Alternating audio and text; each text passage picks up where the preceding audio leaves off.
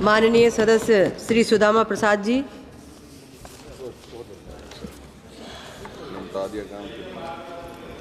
आपका आभार सभापति महोदया, आपने मुझे बोलने का मौका दिया।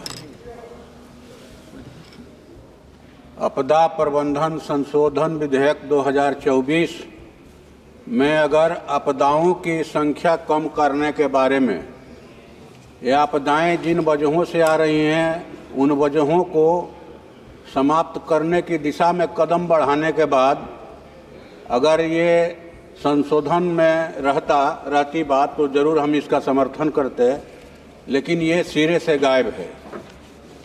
पेड़ों की अंधाधुंध कटाई, खनिजों का उत्खनन,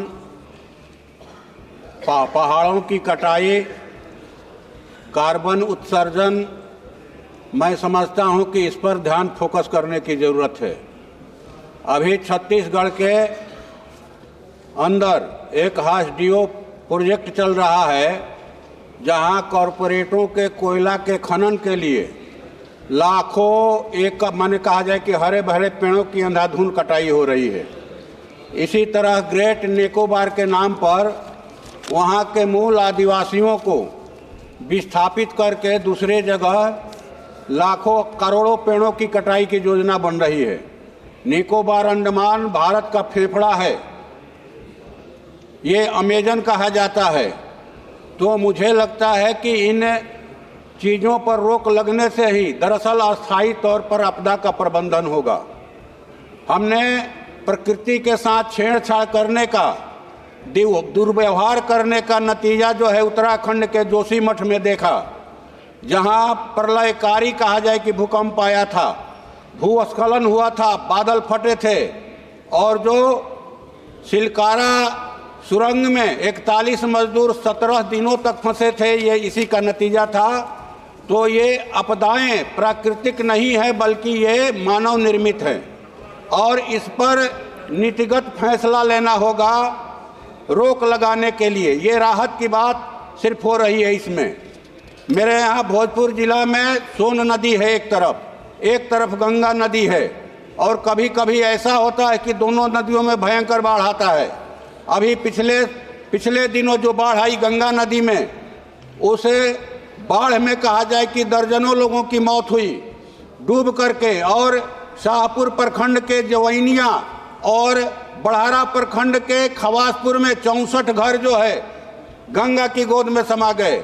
लेकिन अभी तक उन माने विस्थापित परिवारों को बसाने का इंतजाम नहीं किया गया है। जिन मछुआरों ने नाव चलाया था उनका नाव का पैसा नहीं मिला, जिन लोगों ने सामुदायिक किचन में पैसा लगाया उनका पैसा नहीं मिला। तो मैं समझता हूं कि इस पर ध्यान देने की ज़रूरत है। और जो है ये जो खवासपुर हमारे ज़िले का यूपी के बॉर्डर पर है, गंगा नदी बीच में पड़ती है, लोग नाव से आते जाते हैं 6 महीना पीपा पुल से और 6 महीना नाव से। वहाँ अगर अस्थायी पुल बन जाता है तो नाव पलटने से जिनकी मौत होती है उस पर रोक लग सकता है। और इधर सोन नदी में जो बाढ़ के समय में, बरसात के समय में भयानक ढंग से पानी छोड़ा जाता है, जो जहाँ है वहीं फंस जाता है। अगर कदवन में सोन नदी में जलाशय बन जाए तो जल का संचय भी होगा सिंचाई के लिए और बाढ़ पर रोकथाम भी होगा।